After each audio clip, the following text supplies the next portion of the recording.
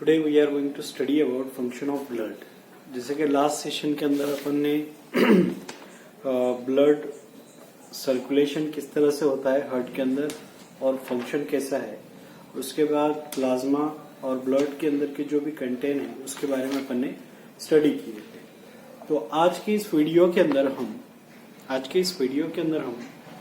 जो function of blood, function of क्या करेंगे, फंक्शन ऑफ ब्लड को देखने वाले हैं। ठीक है, तो फंक्शन ऑफ ब्लड क्या है? एक्चुअल में ये ट्रांसपोर्टेशन सिस्टम है जो बॉडी के अंदर के जितने भी ट्रांसपोर्टेशन के काम है सो इसके पूरे इसके जिम्मे है, समझो। ओके, तो अब इसमें होता कैसा है, किस तरह से होता है, उसके बारे में अपन देखेंगे। पेज नंबर 80 पे, टेक्स्ट बुक का पेज नंबर 80 है, तो उसके ऊपर ये पूरा पॉइंट दिया हुआ है, समझो। देखो क्या होता है, transportation of gas.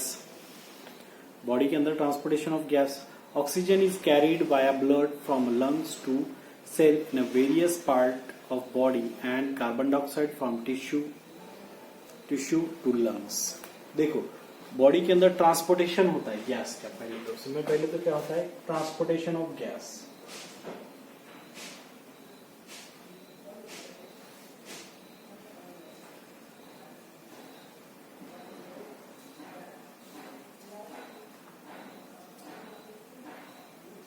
Transport of gases का ट्रांसपोर्टेशन होता है कैसा? Oxygen is carried via, oxygen कैसा लेके जाता है?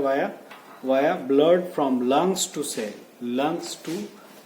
ऑक्सीजन जो है, ऑक्सीजन कहां से किधर जाता है? ऑक्सीजन कैरीड फ्रॉम lungs to cell,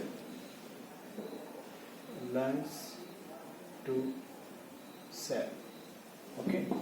इस तरह से ये पूरे बॉडी पार्ट्स के अंदर जाता है। फिर उसके बाद in various part of body and carbon dioxide from tissue to lungs. Carbon dioxide क्या होता है? कार्बन डाइऑक्साइड CO2, ये कहाँ जाता है? Tissue to lung. ये कहाँ जाता है? Tissue to lung. ठीक है, ये इस तरह से ट्रांसपोर्टेशन ऑफ गैस होता है। क्या होता है? Transportation of gas. इस पॉइंट के अंदर अपन देखते हैं यानी गैस का ट्रांसपोर्टेशन, जिसके अंदर ऑक्सीजन क्या होता है, लंग्स टू सेल की तरफ जाता है, और कार्बन डाइऑक्साइड जिसको CO2 फॉर्म में लिख सकते हैं अपन, टिश्यू टू लंग्स की तरफ जाता है। Transport of nutrients, transport of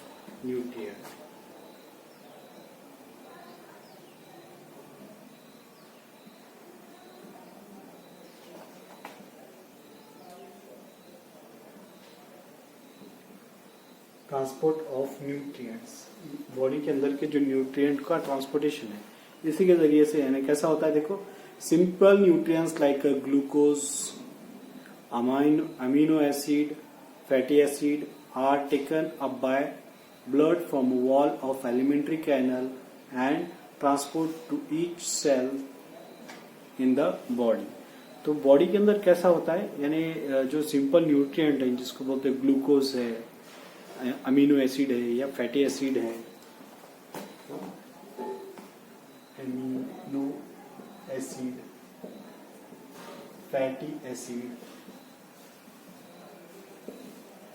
तो ये इनको क्या करता है, ये एक टाइप के न्यूट्रिएंट्स हैं पूरे। क्या है? ये न्यूट्रिएंट्स है, तो इनको क्या करना, हर सेल्स तक के पहुंचाने का काम करता है। कहां तक के?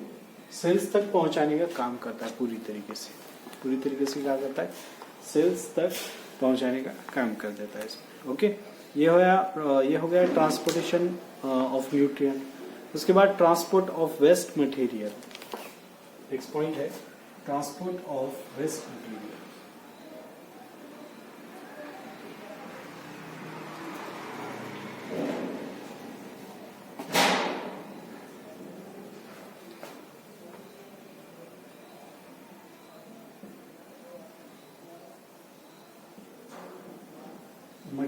Transport of waste material. अब देखो इसमें क्या होता है, ट्रांसपोर्ट ऑफ वेस्ट मटेरियल के अंदर जो है, ट्रांसपोर्ट ऑफ वेस्ट मटेरियल के अंदर किस तरह से होता है और किस तरह से होता है। देखो अब यहाँ पे जो बताया हुआ है, Nitrogenous waste like ammonia, urea, creatinine are released by tissue into blood, which carries those to kidney for excretion. क्या होता है ट्रांसपोर्टेशन जो सिस्टम है, ट्रांसपोर्टेशन की जो सिस्टम है, जो हमारे बॉडी के अंदर का जो वेस्ट मटेरियल है, कौन सा वेस्ट मटेरियल, जैसा अमोनिया है और उसके साथ साथ यूरिया है, यानी ये जो वेस्ट मटेरियल है अमोनिया, यूरिया और क्रिएटिनाइन, ये रिलीज होता है टिश्यू के जरिए से रिलीज करते हैं और फिर इसको क्या करती है किडनी, क्या करती है एक्सक्रिएट करती है बाहर, ट्रांसपोर्टेशन सिस्टम के जरिए से उसको एक्सक्रिएशन किया जाता है। ओके, देन उसके बाद है प्रोटेक्शन। नेक्स्ट पॉइंट क्या है, प्रोटेक्शन।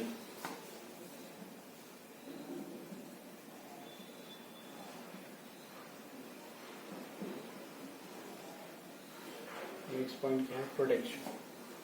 अब प्रोटेक्शन क्या है, प्रोटेक्शन के अंदर किस तरह से है, देखो इस जगह पे antibodies are produced in a blood and they protect the body from microbes and other harmful particles.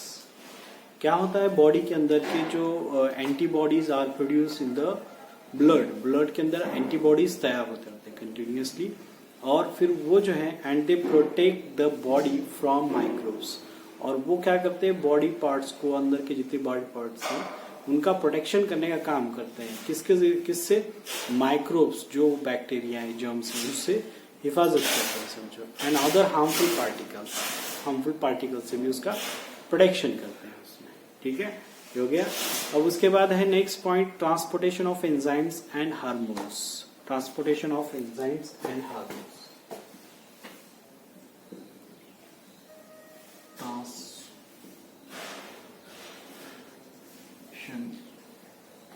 of enzymes and hormones। ठीक है, अब बॉडी के अंदर भी यानी transportation of enzymes and hormones जो है, ट्रांसपोर्टेशन ऑफ जो बताए हुए हार्मोन्स बॉडी के अंदर जो भी चीजें, जैसा blood transport the enzymes and hormones from the site of their production to the side of their action। यानी जो एक्शन होते हैं साइड देयर और एक्शन होते हैं बॉडी के अंदर के, जो हार्मोन सिक्रेशन होते हैं बॉडी के अंदर, जो एंजाइम्स और हार्मोन सिक्रेशन, उसको भी ट्रांसपोर्टेशन करने का काम किसके जरिए से, ब्लड के जरिए से किया जाता है, ब्लड के जरिए से। ठीक है, देन उसके बाद है थर्मो रेगुलेशन, जिसके अंदर body temperature is maintain constant at 37 degree Celsius by vasodilation and Vasco construction.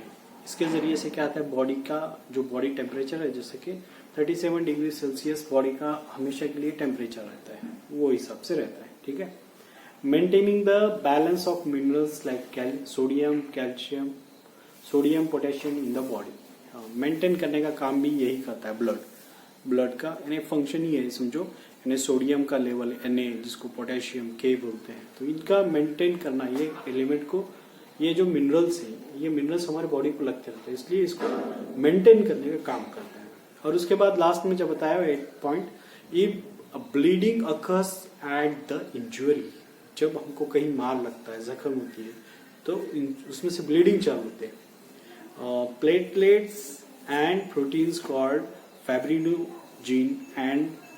fibrinogen of the blood form a clot and seal the injury। उस टाइम पे क्या होता है मालूम है क्या, हम बॉडी के अंदर कहीं पे इंजरी हो गई, कहीं जख्म हो गया, तो ब्लीडिंग चालू होती है, तो वो ब्लीडिंग को रुकाने का काम क्या करते हैं यहाँ पे, ये जो प्लेटलेट्स होते हैं और प्रोटीन्स होते हैं, तो वहाँ पे क्या करते हैं, ब्लीडिंग को रुकाने का काम करते हैं, पूरा रिकवरी करते हैं, और फिर से वो वेन्स बोलो, कैपिलरीज बोलो, उनको कनेक्ट करते हैं इस तरह से। सो दैट्स इट, ये हो गया पूरा फंक्शन ऑफ ब्लड। इसको आप लिख कर भी ले सकते हैं, वीडियो को पॉज कीजिए और इसको लिख कर लीजिए। ठीक है, तो नेक्स्ट पॉइंट है ह्यूमन ब्लड ग्रुप। कौन सा है, human blood group, next point. ठीक है, अब देखो ब्लड ग्रुप हमारे पास जैसे कि ब्लड जो है हमारे बॉडी के अंदर, सबके अंदर ब्लड होते हैं, उनके ग्रुप्स होते हैं, A B O, A B positive, negative, ये क्या होते हैं, पूरे ब्लड ग्रुप के टाइप्स हैं। वो कैसे हुए, देखो ब्लड हमारे बॉडी के अंदर, सबके अंदर ब्लड होता है, और जिसका ब्लड अगर कोई सपोज समझो कोई इंजरी हो गई, कोई सर्जरी हो गई, समझो ऑपरेशन हो गया, तो ब्लड की जरूरत है। और ब्लड का एक प्रॉब्लम ऐसा है, ब्लड यानी जो जिसका ब्लड ग्रुप, अब सपोज मेरा ब्लड ग्रुप बी पॉजिटिव है, तो अब मुझे कोई प्रॉब्लम आया तो बी पॉजिटिव वाला ब्लड ग्रुप जो भी रहेगा वही डोनेट कर सकता, अदरवाइज दूसरा ब्लड ले नहीं सकता मैं कोई भी ब्लड, तो मैच नहीं होता है उसमें। तो देखो अब यहाँ पे कौन से depending upon the proteins like antigens and antibodies different blood group are formed. इसकी वजह से क्या होता है, एंटीबॉडीज और इसकी वजह से डिफरेंट ब्लड ग्रुप फॉर्म होते हैं। And there are 4 main groups of human blood as A B and O. कितने हैं? 4 मेन ब्लड ग्रुप है। There are 4 main blood group. कौन से हैं? 4 main blood group, A B, A B and O. ये 4 क्या है? मेन ब्लड ग्रुप है। ये 4 क्या है? मेन ब्लड ग्रुप है। ओके। उसके बाद beside there are 2 types of RH negative and RH positive of each of those 4 groups. Thus, in all 8 groups, blood group are formed. A RH positive and A RH negative. इसके अंदर जो है कि RH positive and RH negative, positive and RH negative, जिसकी वजह से पूरे total blood group जो फॉर्मेशन होंगे, टोटल ब्लड ग्रुप, तो 8 ब्लड ग्रुप क्या होंगे? ब्लड ग्रुप बनेंगे। ठीक है, कितने ग्रुप बनेंगे? 8, टोटल 8 ब्लड ग्रुप बनेंगे। कैसा? पहले 4 ब्लड ग्रुप है इसमें, तो ए बी और ओ। ठीक है, और हर एक के पॉजिटिव नेगेटिव। तो इस तरह से कितने बनेंगे इसका? A positive, A negative, B positive, B negative, ये 2 2 4 हो गए। A B positive, A B negative 6 हो गए, ओ पॉजिटिव, ओ नेगेटिव 8 हो गए। इस तरह से क्या होंगे? पूरे ब्लड ग्रुप के ये हो गया। अब ब्लड डोनेशन कौन कर सकता है और किसकी वजह से हो सकता है? देखो यहाँ ब्लड डोनेशन, नेक्स्ट पॉइंट है ब्लड डोनेशन। ब्लड डोनेशन, अब ये ब्लड डोनेशन जो है एक्चुअल में देखो, if a person meet an accident, bleeding occurs through the wounds. Many times blood transfusion is necessary during the surgical operation. कभी कभी कैसा होता है, एक्सीडेंट हो गया या कोई सर्जरी हो गया, ऑपरेशन हो गया, तो उसको ब्लड की जरूरत लगती है, ब्लड की जरूरत है। ठीक है, तो अब ये ब्लड कैसे आएगा? Similarly blood is transfused in the case of patient of anaemia, thalassemia, cancer too. Blood transfusion is carried out to compensate the blood shortage in body. This is called as a blood transfusion. अभी कभी कभी कैसा होता है, कुछ बीमारियां ऐसे उनको कंटिन्यूसली ब्लड लगता है, कैंसर की बीमारियां है, एनीमिया की बीमारी, ये बीमारियां जो हैं, कुछ बीमारियां, तो उसके अंदर उनको कंटिन्यूसली ब्लड लगता, कुछ 1 महीने के लिए, 2 महीने के बाद, उनको 6 महीने के बाद, 4 महीने के बाद एक ब्लड उनके बॉडी में का पूरा निकाल के दूसरा ब्लड डालना पड़ता। तो उन लोगों को जो ब्लड है, उन लोगों का जो ब्लड है, दूसरा ब्लड, अब कोई डोनर चाहिए, और कौन सा डोनर चाहिए? सिमिलर ग्रुप का डोनर चाहिए। सिमिलर ग्रुप का मींस क्या होना, अगर कोई ए वाला ग्रुप, ए पॉजिटिव वाला ग्रुप वाला पेशेंट है समझो, तो उसी को जो डोनर रहेगा तो उसका भी ए पॉजिटिव ब्लड ग्रुप चाहिए। अगर किसी का बी पॉजिटिव है तो डोनर पेशेंट है तो समझो जो डोनर रहेगा, जो ब्लड देने वाला, तो वो भी बी पॉजिटिव चाहिए उसको। ठीक है, दैट्स इट।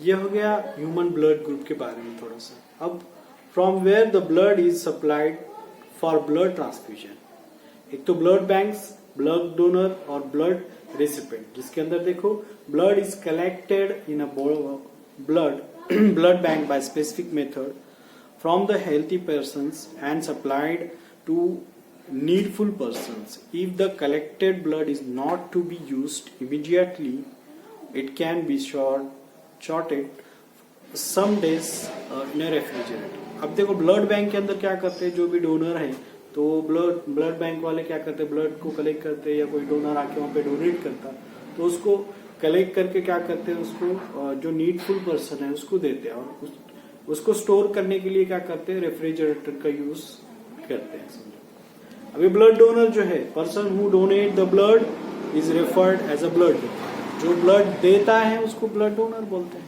ओके, और जो लेता है उसको रिसीवर बोलते हैं। तो blood recipient, person who receives the blood is referred as a recipient. जो ब्लड लेता है उसको रिसिपेंट बोलेंगे, okay. Persons of the blood group O can donate the blood to person having any other blood group, whereas a person with AB blood group can receive the blood from persons with any other blood group. O की खासियत, O blood group की जो खासियत है, O blood group जिसका भी होता है ब्लड ग्रुप, तो उनकी जो खासियत है, तो ये सब ये यूनिवर्सल डोनर होते हैं, यूनिवर्सल